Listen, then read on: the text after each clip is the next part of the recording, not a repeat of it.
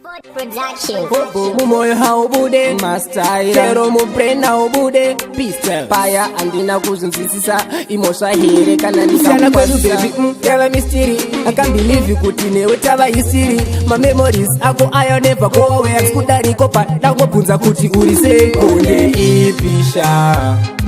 Warowa mwe wangu mazano kupindane ipisha Libo kumoresa oko urise It's been a long sha Thank you nekundiregerera ndakanga ndiri long sha Ndikuto shaya utindaishita se Do you still remember pataivimbisana ndichiti ini newe hatisiyane Do you still remember patakajamuka kurambana ndichiti newe hatirambane I hope you remember pandaikudza kuti andidi newe ndepepi ndodada newe chero kwaunoenda ini handisari ndoenda newe ipisha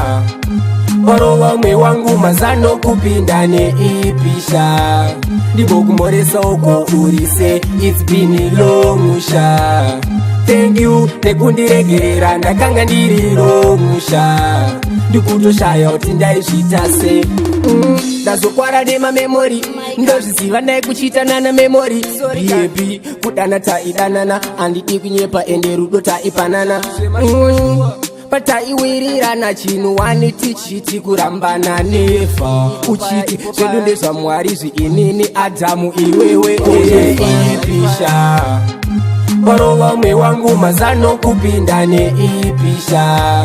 Libo kumoresa oko urise It's been a long sha Thank you nekundiregerera ndakanga ndiri long sha Ndikuto shaya utindaishita se Do you still remember pataivimbisana ndichiti ini newe hatisiyane Do you still remember patakajamuka kurambana ndichiti newe hatirambane I hope you remember pandaikudza kuti andidi newe ndepepi ndodada newe chero kwaunoenda ini handisari ndoenda newe Siyana kwedu baby yava mystery I can't believe kuti newe tava isiri My memories ako ayo never go away Skudari kopa Dangobunza kuti urise Konde ipisha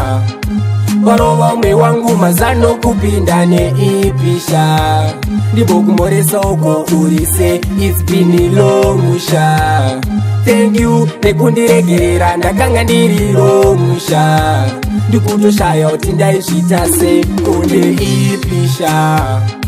Warowa mwe wangu mazano kupindane ipisha Libo kumoresa oko urise It's been a long sha